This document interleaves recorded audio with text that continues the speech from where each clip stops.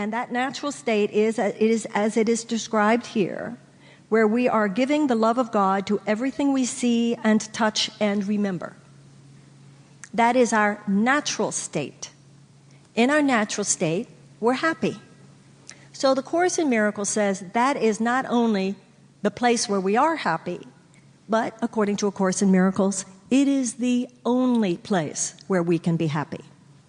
Now, what happens for us living in the material world is that we are told in a myriad of ways that if this or that happened within the material world, that will make us happy.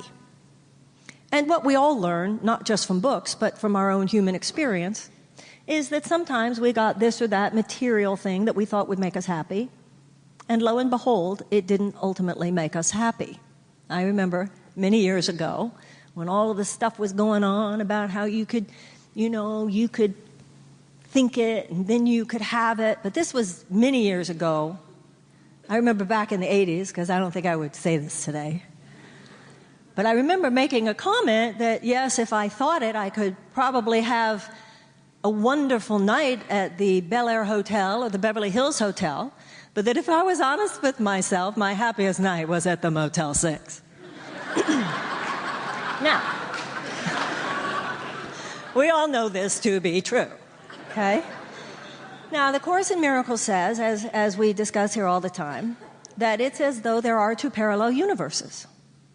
And the world that we perceive with our physical senses is not bad. According to A Course in Miracles, the world we see with our physical senses, that we register with our physical senses, the material world, in A Course in Miracles, this world is not bad. It of itself is nothing. It is not, however, the source of our happiness because it is not enough for us.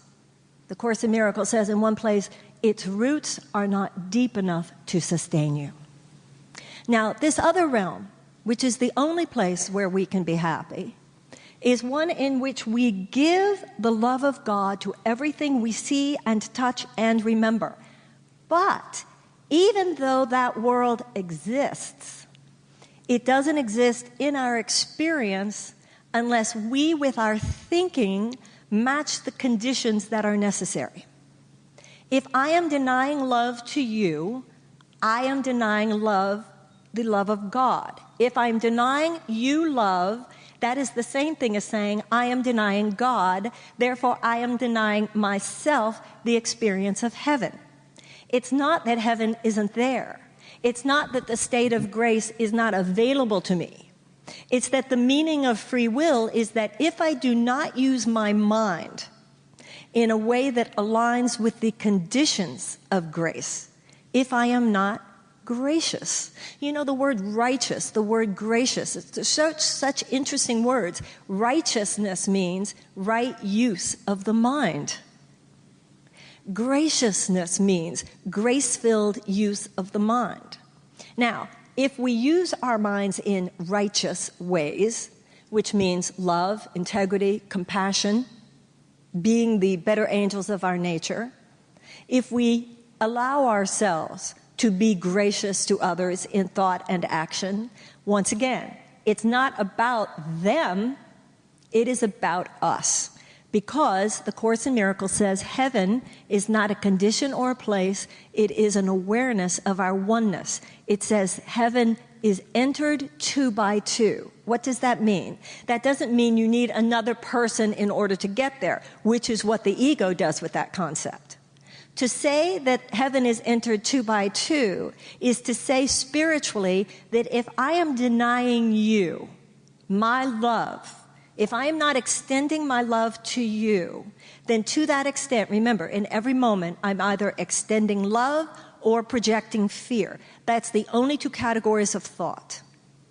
There is either light or the absence of light. There's either love or the absence of love. If I'm not extending it to you, I can't have the experience because heaven is the awareness of our oneness. Heaven is entered two by two. So if I deny you the experience of peace, if I deny you the experience of love, then I cannot have it for myself. Now, where a lot of us are is that we believe this.